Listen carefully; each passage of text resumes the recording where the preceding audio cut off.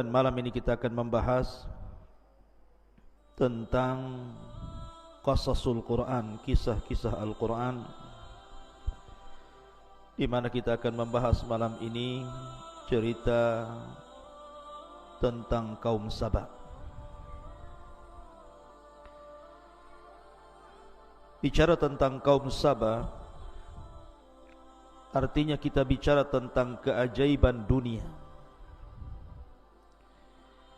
Karena kaum Saba itu dianugerahkan banyak nikmat oleh Allah Subhanahu wa taala yang tidak dianugerahkan di negeri-negeri di dunia, tentu di zaman itu. Makanya kemudian Allah Subhanahu wa taala abadikan kisah ini di dalam Al-Qur'anul Karim sampai Allah memberi nama satu surat dalam Al-Quran yang disebut dengan surah Saba. Saking pentingnya kisah ini.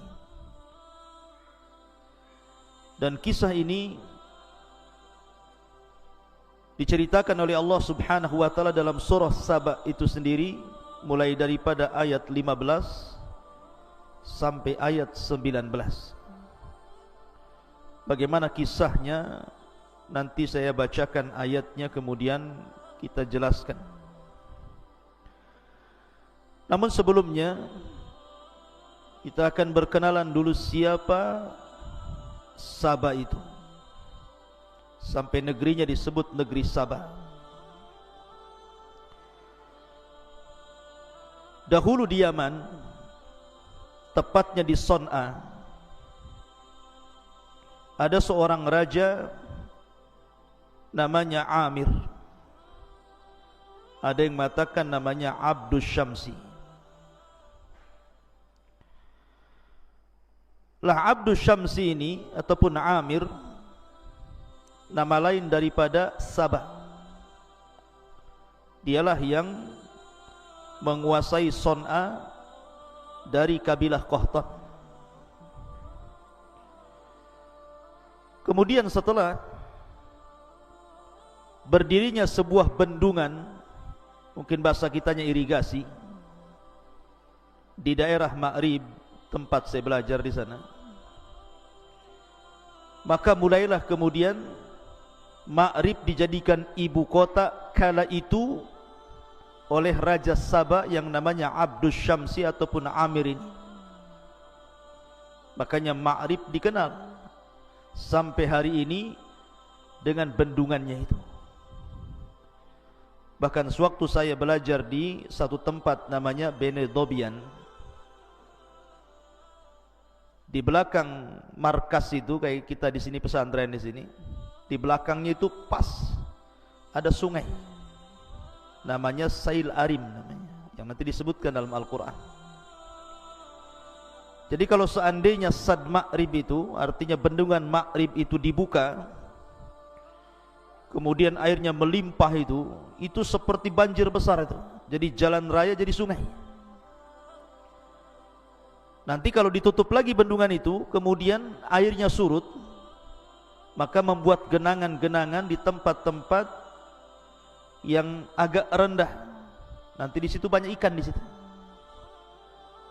Dan hampir 1 tahun saya makan ikan di situ. Ikan mujair itu bukan kecil, 2 telapak tangan segini ikannya. Kemudian ada juga ikan semacam gabus gitu ya, tapi bukan gabus kecil. Panjangnya gabus itu sebesar kaki antum itu, 1 meter. Dan ditangkapnya mudah, tidak melawan, tidak kalau gabus di sini ditangkap lari. Itu ditangkap. Makanya kita sebut ikan bodoh-bodoh. Jadi tangkap bodoh diam saja. Ya. Jadi Jadi kalau nampak ikan itu ikan bodoh-bodoh katanya.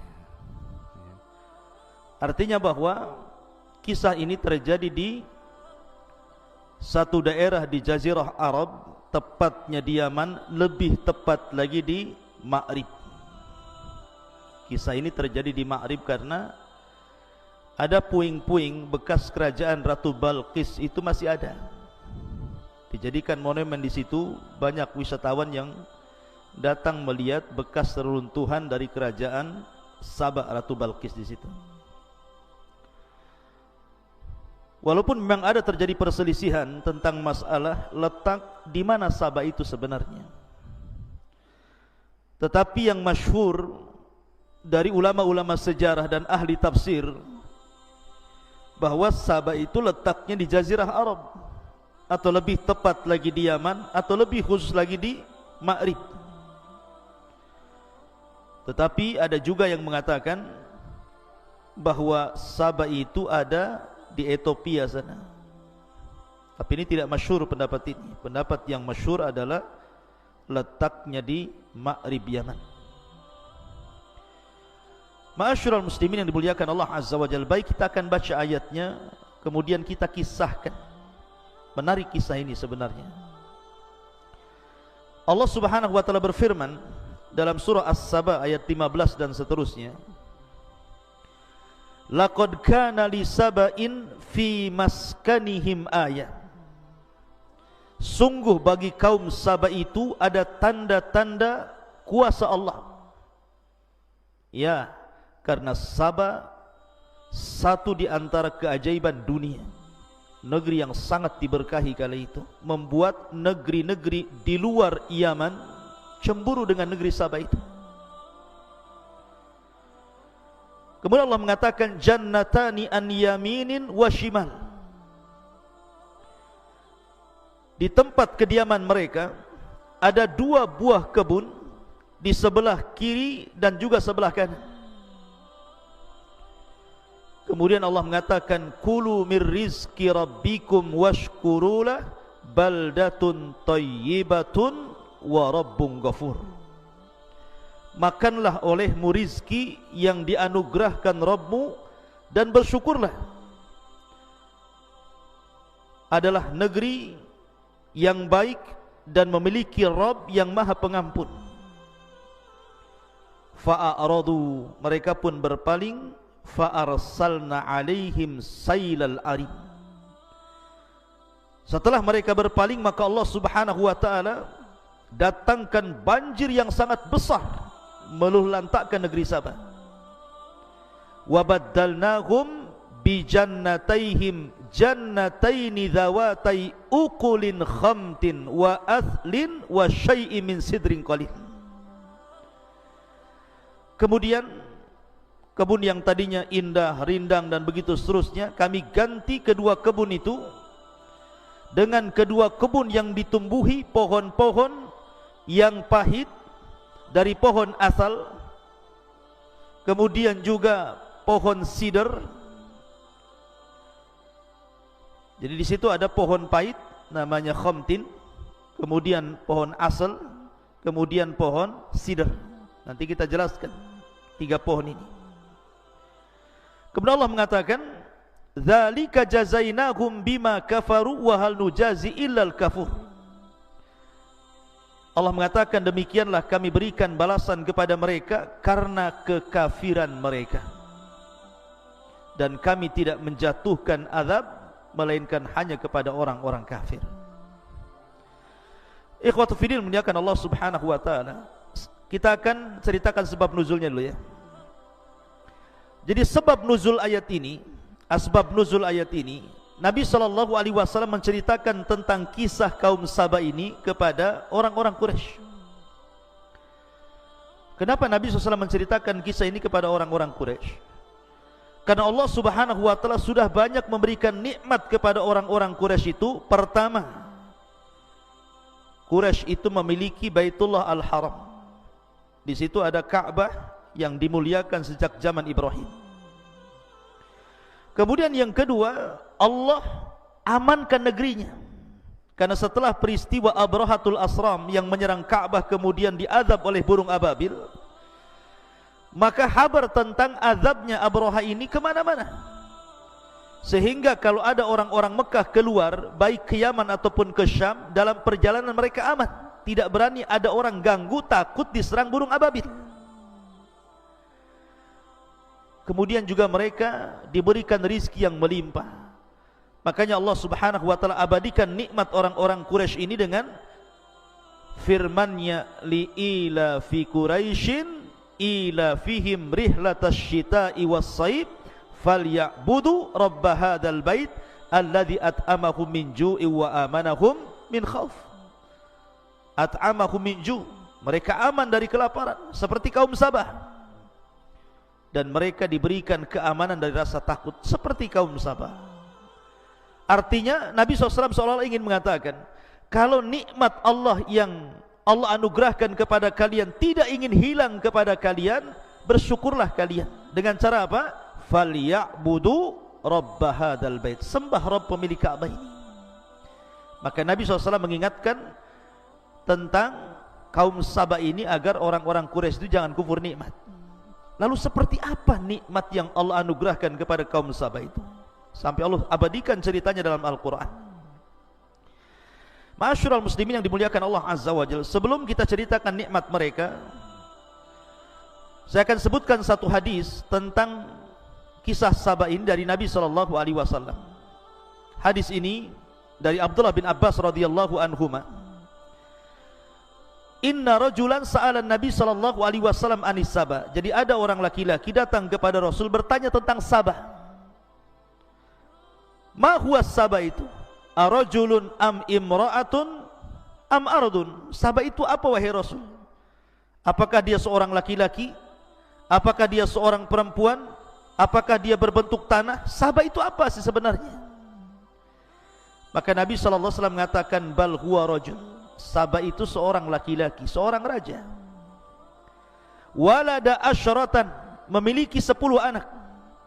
Fasakanal Yaman minhum sittah, dari 10 anak Sabah itu 6 orang tinggal di Yaman.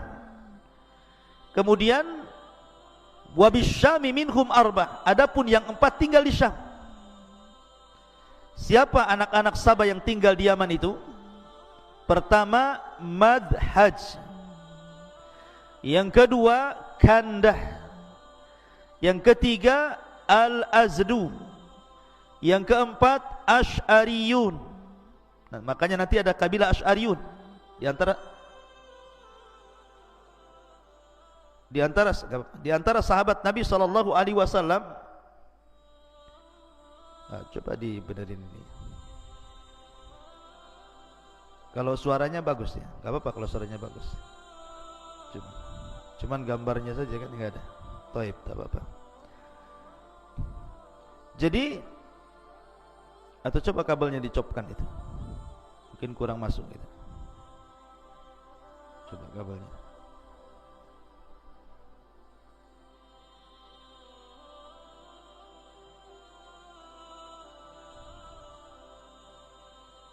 Ada gambarnya? Gak nampak juga.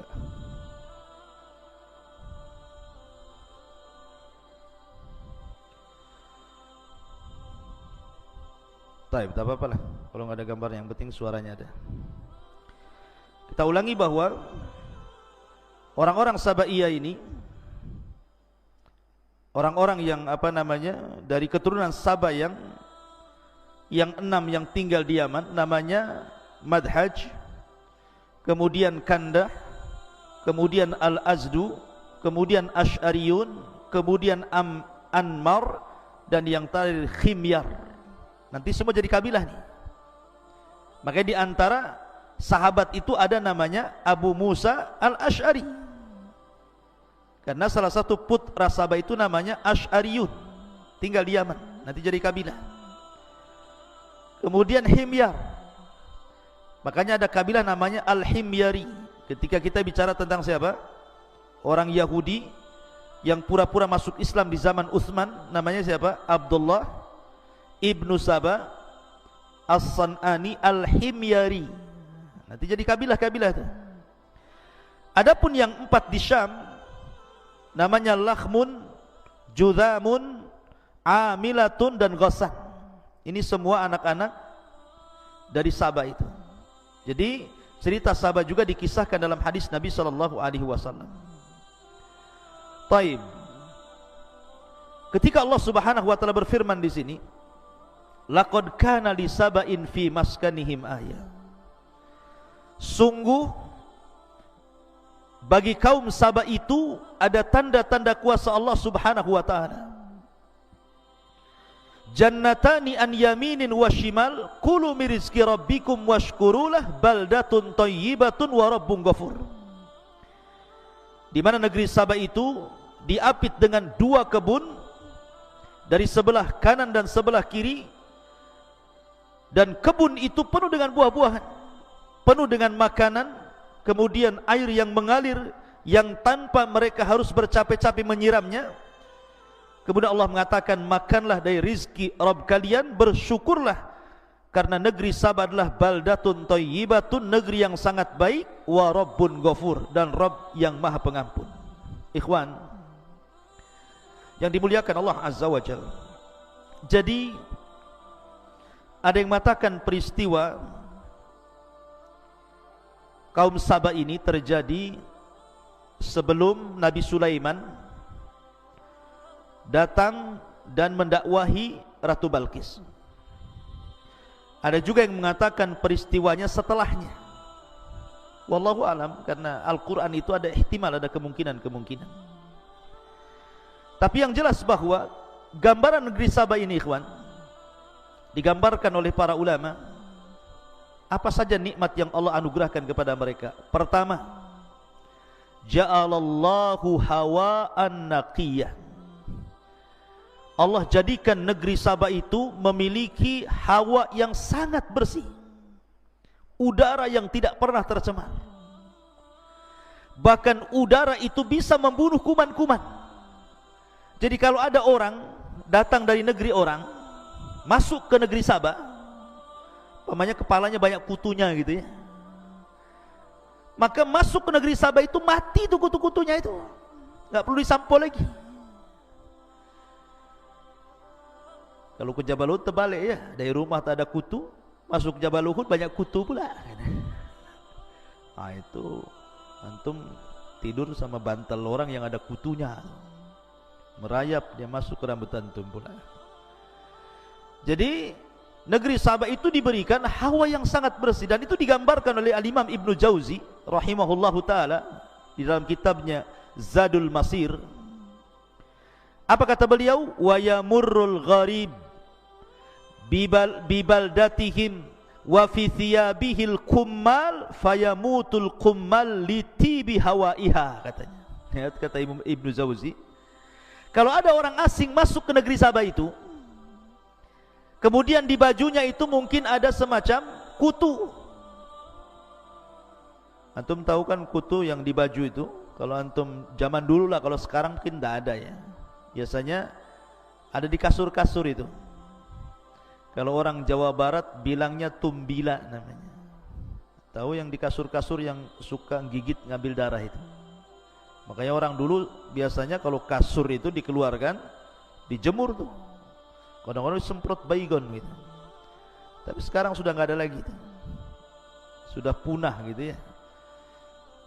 Dengan berzamannya panjangnya zaman, beralihnya zaman, hilang pula tuh tumbila tuh.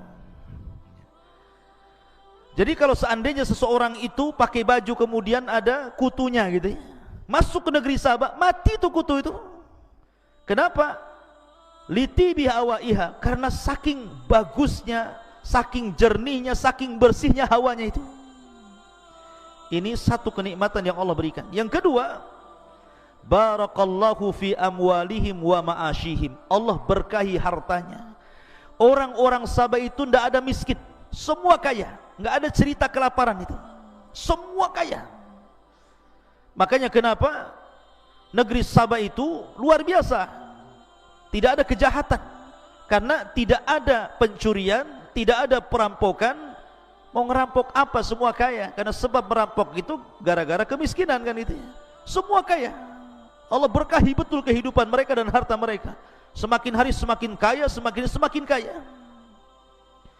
Kemudian yang ketiga, lam yara ahlus saba la fi buyutihim wala fi jannatihim hasyarat. Orang-orang Sabah itu mereka tidak pernah melihat di rumah-rumah mereka atau di kebun-kebun mereka hasyarat. Hasyarat itu apa? Hasyarat itu binatang-binatang kecil, binatang-binatang yang merayap. Mungkin semacam kecoa, cacing, kalajengking, apalagi, pokoknya enggak ada. Semut itu enggak ada. Apalagi titinggi ataupun kaki 2000 atau apa, kan banyak tuh, ya kan? Binatang-binatang itu kalau antum masuk kebun tuh kan, kebun Jabal Uhud saja ada macam-macam tuh binatang antum dapat itu. Tetapi negeri Sabah ini, dan itu juga disebutkan oleh Imam Al-Jauzi rahimahullahu taala. Apa kata Imam Ibnu Jauzi? Walam yakun yura fi baladihim hayyatun wala aqrabatun wala ba'udatun wala dubabun wala burghus. Nah, lihat, kaum Sabah itu tidak pernah melihat ada ular, ada kalajengking, ada nyamuk, ada lalat, ada burghus, binatang-binatang kecil, tidak ada. Subhanallah. Tidak di rumah, tidak di kebun. Kalau kita kan masuk kebun kadang-kadang takut ular, takut kalajengking, takut binatang-binatang buas gitu ya. Ini kaum Sabah tidak ada binatang-binatang kayak gitu itu. Subhanallah ya. Jadi masuk hutan itu betul-betul tidak didapati satu pun hasyarat, binatang-binatang kecil itu. Memang bersih dari binatang-binatang, murni kebun itu bersih dari hal-hal yang seseorang menakutkan atau menjijikan dari binatang-binatang kecil itu. Kemudian yang nomor 4, barakallahu fi ardihim. Allah berkahi buminya. Betul-betul Allah berkahi buminya. Jadi kaum Sabah itu tidak pernah yang namanya panen itu musiman. Musim terus saja. Bayangkan coba, kalau kita mau duren, itu nunggu musim duren itu setahun sekali kan. Kadang-kadang nggak musim duren, nyari durennya kemana? Ke Nagoya. Banyak ustadz duren nggak musim ya, tapi kan nggak musim di sini, musim di sana. Tapi kaum Sabah ini nggak pernah tidak musim terus, bayangkan. Apa nggak enak tuh? Ya. Makanya Allah berkahi buminya tuh. Kemudian yang nomor 5, hayatuhum fil amni wal aman. Kehidupan mereka betul-betul di atas keamanan. Tidak ada perampok, nggak takut dicuri, nggak takut diperkosa, nggak takut, pokoknya jalan kemana saja perempuan sendirian itu aman. Dan yang lebih hebatnya ikhwan, annahum idza safaru ila ardi Syam kanu aminina minal a'da mutmainnina alal ghada ghaira khaifina minal ju'i wad dhama. Apabila mereka safar dari negeri Sabah ke Syam, perjalanan 2000 lebih kilo gitu ya, mereka merasa aman dari musuh, merasa aman dari al-ghada. Al-ghada itu maksudnya makanan. Kalau orang sekarang mau safar ikhwan, pasti membawa perbekalan kan. Jangankan safar jauh ke Barelang saja, kita udah siap-siap tuh, beli minuman, bawa makanan, bawa ikan bakar gitu ya, daging bakar, sate bakar, semua bakar gitu ya kan. Itu ke Barelang saja itu. Kita kadang-kadang bawa bekal, padahal kita pakai mobil. Di zaman itu tidak ada mobil. Tetapi orang-orang Sabah ini kalau safar nih sejauh dari Yaman ke Syam itu, tidak perlu bawa makanan, tidak perlu bawa minuman. Karena mereka hanya satu jalur saja. Jadi jalan mereka itu cuma satu, sebelah kanan kebun, sebelah kiri kebun. Subhanallah. Dan dalam kebun itu penuh dengan makanan, penuh dengan buah-buahan, dan ada air yang mengalir, tinggal minum saja. Kemudian hawanya sangat bersih sekali. Jadi mereka itu pergi ke mana-mana nggak bawa apa-apa itu. Lihat, luar biasa negeri Sabah ini. Kemana-mana nggak bawa bekal. Ke Syam, balik ke Syam biasa saja. Bahkan Yang lebih ajaib lagi kata Imam Qatadah rahimahullahu taala, kanatil mar'atu tamurru bil miqtal ala ra'siha fatamtali'u minas thimari mimma yatasaqatu fihi min nadjihi wa kathratihi. Bahkan kalau seorang wanita ingin mengambil buah, ingin memanen, tidak perlu manjat, tidak perlu pakai kayu gitu ya, tidak perlu dipetik, cukup diletakkan saja di kepala wadahnya itu, ya kan? Kemudian berjalan tuh masuk kebun, keluar kebun sudah penuh tuh isinya tuh. Lihat, ya. Anda coba, ini mukjizat ini keanehan luar biasa kan? Kita ini mau cari mangga saja, mau metik mangga itu di pohonnya, harus perang lagi dulu dengan semut rangrang itu, dengan semut merah itu. Kadang-kadang zaman dulu itu bawa abu tuh biasanya. Kalau saya dulu di desa-desa itu kalau mau manen mangga itu bawa abu bakar tuh, ditebar itu di di batang-batangnya, ngelawan semut rangrang itu supaya jangan digigit. Tetapi karena banyaknya semut, ya percuma juga, ada juga yang gigit kan gitu ya. Kadang-kadang nggak tahan, terjun payung dia dari atas. Jadi kita ini mau ngambil buah-buahan saja, musuhnya banyak di pohon itu. Ini kaum Saba kalau mau metik buah cukup diletakkan embernya di atas kepala, jalan saja ke kebun, keluar udah penuh tuh. Subhanallah. Kata Imam Qatadah rahimah, saking suburnya. Begitulah keajaiban negeri Saba. Coba. Wajar kalau negeri-negeri di luar Sabah cemburu dengan negeri itu, makanya Allah istilahkan dengan kalimat jannah, sorga. Jannatan, dua sorga, dua kebun. Saking indahnya, ya. Ma'asyiral muslimin yang dimuliakan Allah Azza wa Jalla. Ini nikmat yang luar biasa. Akan tetapi kaum Sabah ini, mereka tidak bersyukur kepada Allah Subhanahu wa taala.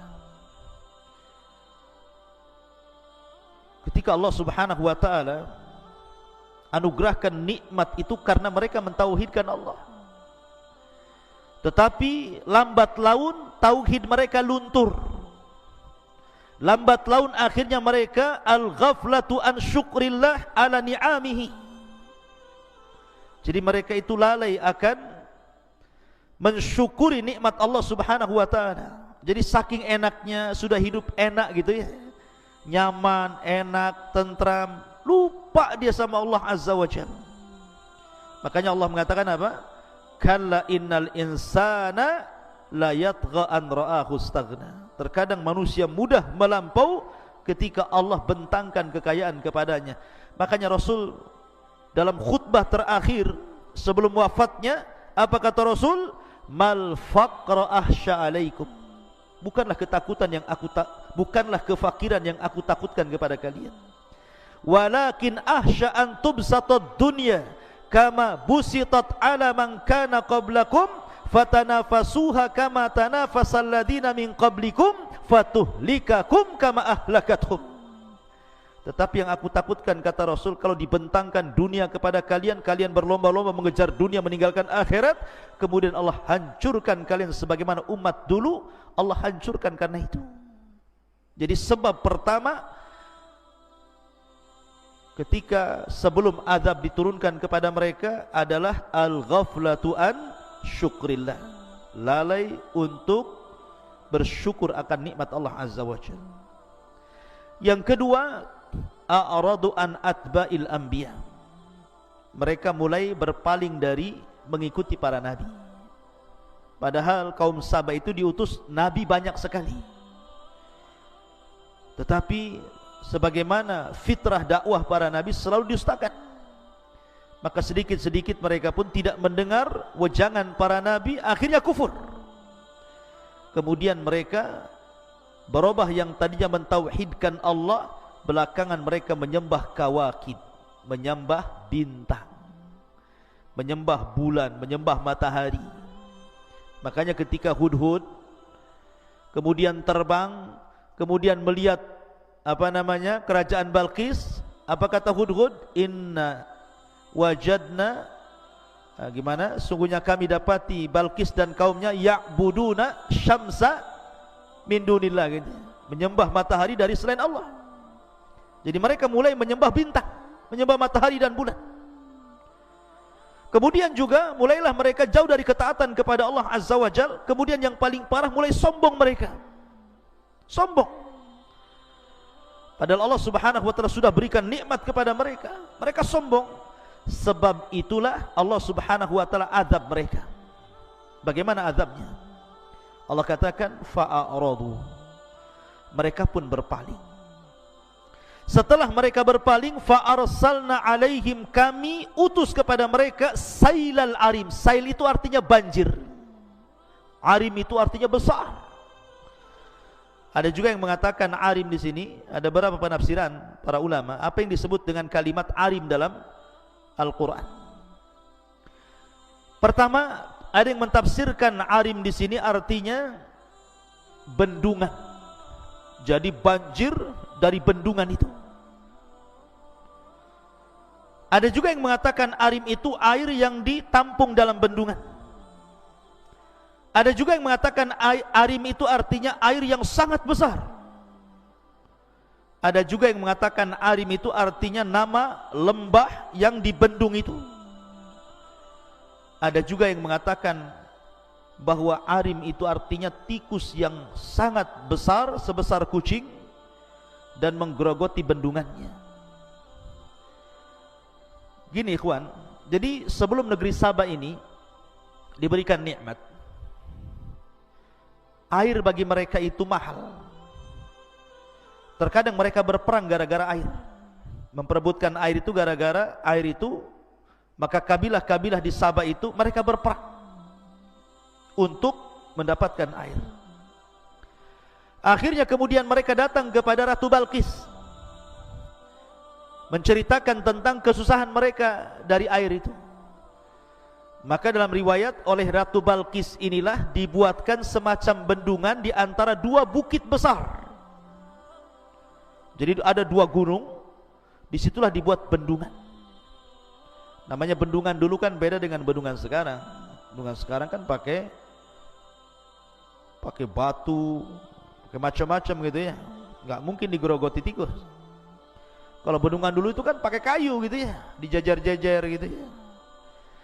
Dan lembah yang dibendung itu lembah yang paling rendah. Sehingga kalau terjadi hujan, dari mana-mana tempat itu air ngalir jadi situ. Maka oleh Ratu Balqis dibuatkan bendungan antara dua gunung itu, kemudian dikeluarkan irigasi, dari situlah mengalir ke kebun-kebun. Lah sejak saat itulah Sabah menjadi kaya.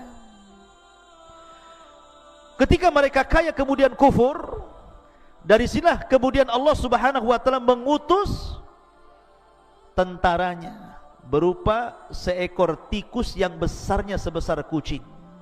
Itu pernah melihat tikus sebesar kucing? Namanya tikus got. Saya pernah lihat YouTube tahun berapa dulu ya, ketika masih ada YouTube awal-awal tuh. Ketika ada orang ketangkap di Jakarta, orang jual bakso pakai daging tikus. Saya lihat di berita itu, tikusnya gede-gede itu. Tikus got itu. Mungkin kalau ketemu kucing, kucing yang lari itu. Tikus got itu gede-gede itu. Tapi mungkin di sini lebih gede lagi. Tapi bagaimana Allah Subhanahu wa Ta'ala kuasa? Allah tidak mengutus harimau kan? Allah tidak mengutus buaya, apalagi buaya darat. Allah tidak mengutus binatang-binatang besar, gajah, tidak. Allah kalau mengutus itu yang ringan-ringan, seperti burung ababil, burung laut, burung hitam tuh. Kemudian juga mengutus tikus. Jadi tikus ini masuk ke bendungan itu, digerogoti itu sikit. Lah orang-orang Sabah ini karena terlalaikan dengan nikmat Allah, karena sudah lama mereka kaya, mereka senang, mereka tenang, tidak pernah ngecek bendungan. Mereka tidak tahu kalau di balik bendungan itu ada tikus-tikus yang sedang menggerogoti itu. Mereka lalai dari itu, tidak pernah mengecek, tidak pernah menjaga. Sampai pada waktunya ketika satu kayu sudah jebol digigit tikus, digerogoti tikus, maka jebollah bendungan Ma'rib itu, kemudian melulantakkan seluruh kebun-kebun dan menghancurkan semua rumah-rumah. Sehingga Allah Subhanahu wa taala katakan di sini, fa arsalu alaihim sailal arimi wa baddalnahum bi jannataini dzawatai aqlin dawatai uqulin khamtin wa aslin wa syai'in min sidrin qalil. Maka ketika Allah hancurkan kebun-kebun mereka, surga mereka, maka kami ganti kebun-kebun mereka yang tadinya semua buah-buahan tumbuh, mulai daripada pisang, apel, anggur gitu ya, delima, macam-macam lah ada di kebun itu. Kemudian biji-bijian tiba-tiba Allah lenyapkan, dan setelah hancurnya kebun mereka, Allah hanya menghidupkan 3 pohon saja. Pertama, khamtin. Pohon khamtin itu ikhwan, ada yang mengatakan cemara. Khamtin itu ada yang mengatakan pohon cemara. Cemara ada buahnya tidak? Tidak ada buahnya. Enggak ada buah cemara. Kalaupun ada buahnya, pahit rasanya. Siapa yang mau makan buah cemara? Ya. Ada juga yang mengatakan pohon besar, khamtin itu besar, kemudian berduri, hanya bisa untuk naungan saja, enggak ada buahnya. Ini yang pertama. Yang kedua, wa aslin, ukulin khamtin, kemudian wa aslin. Ada yang mengatakan aslin di sini, kata para ulama, sejenis pohon yang hanya bisa digunakan untuk naungan saja. Jadi kalau khamtin, ya jenis pohon yang sangat pahit gitu ya. Kemudian aslin itu juga pohon, tapi tidak ada buahnya. Kalaupun ada buahnya, nggak bisa dimakan. Kemudian yang terakhir, khamtin, kemudian apa lagi? Wa aslin, wasidrin. Jangan ngobrol. Wasidrin, pohon bidara. Sidr itu pohon siwak. Ada yang mengatakan pohon siwak ya. Siwak nggak bisa dimakan siwak itu. Siwak itu akarnya ya untuk gigi saja ya. Lihat, bayangkan apa namanya, sidr. Sidr itu ya pohon bidara, afwannya. Sidr itu pohon bidara, ada buahnya tetapi kecil buahnya, tidak mencukupi gitu ya. Bayangkan coba Allah Subhanahu wa taala azab mereka dengan ditumbuhkan 3 pohon ini saja. Ada yang mengatakan khamtin itu siwak, ada yang mengatakan aslin itu cemara, ada yang mengatakan sidr itu ya bidara. Hanya 3 pohon itu saja yang hidup di negeri Sabah itu sampai sekarang.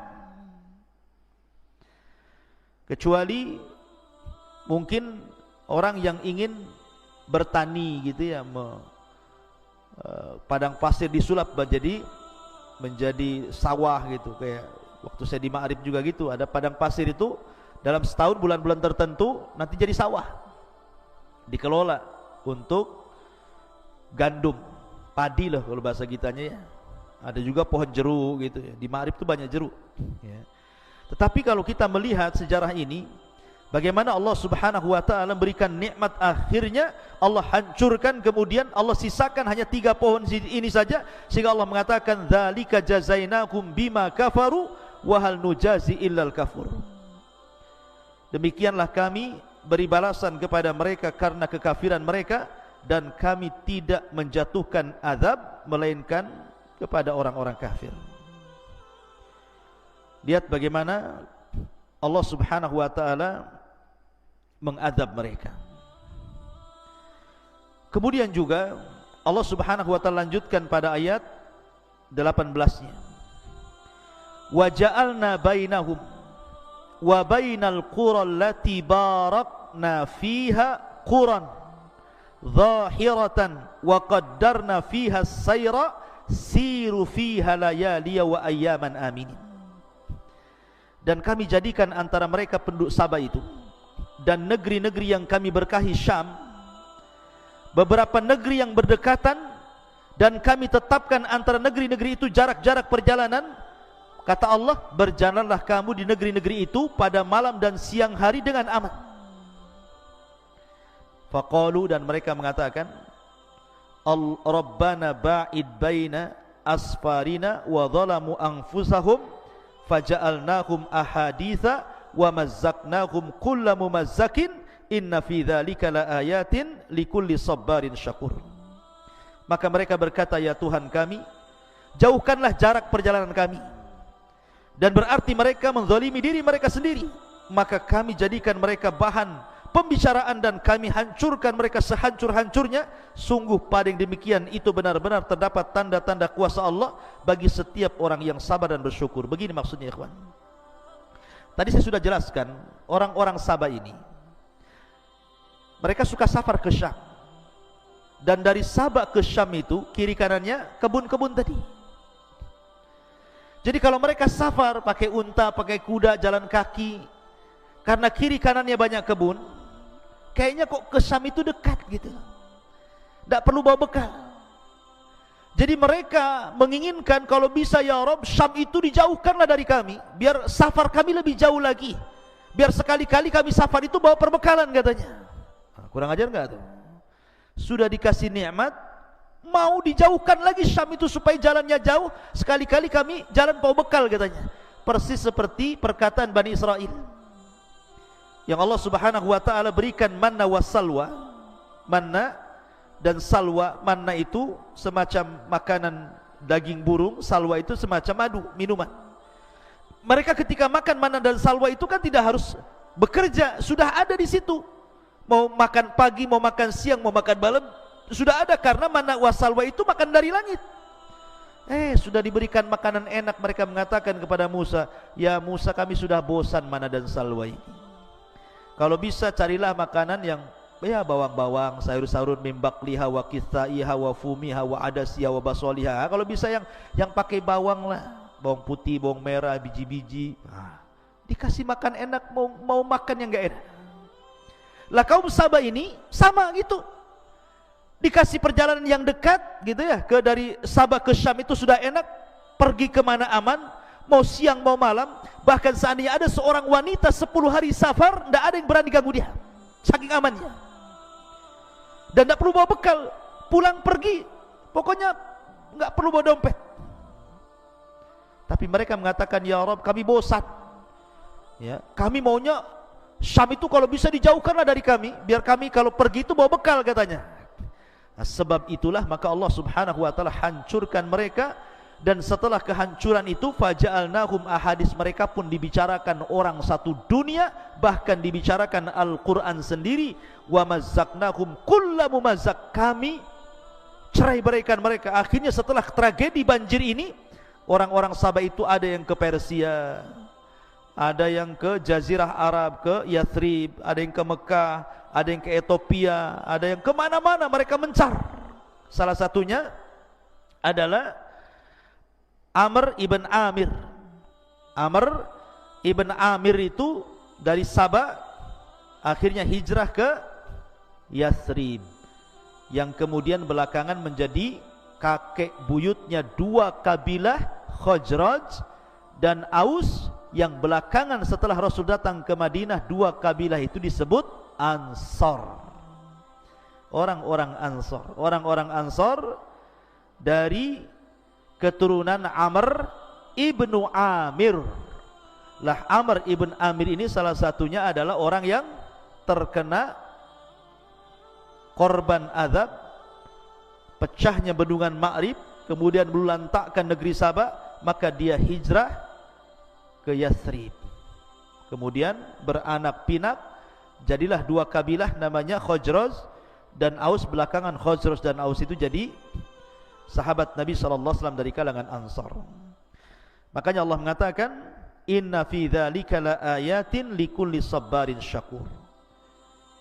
Pada yang demikian itu benar-benar terdapat tanda kekuasaan Allah bagi setiap yang bersabar dan juga bersyukur.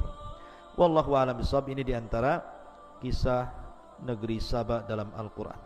Subhanakallah bihamdika, asyhadu an la ilaha illa anta astaghfiruka wa atubu ilaik. Allah ta'ala. Assalamualaikum warahmatullahi wabarakatuh.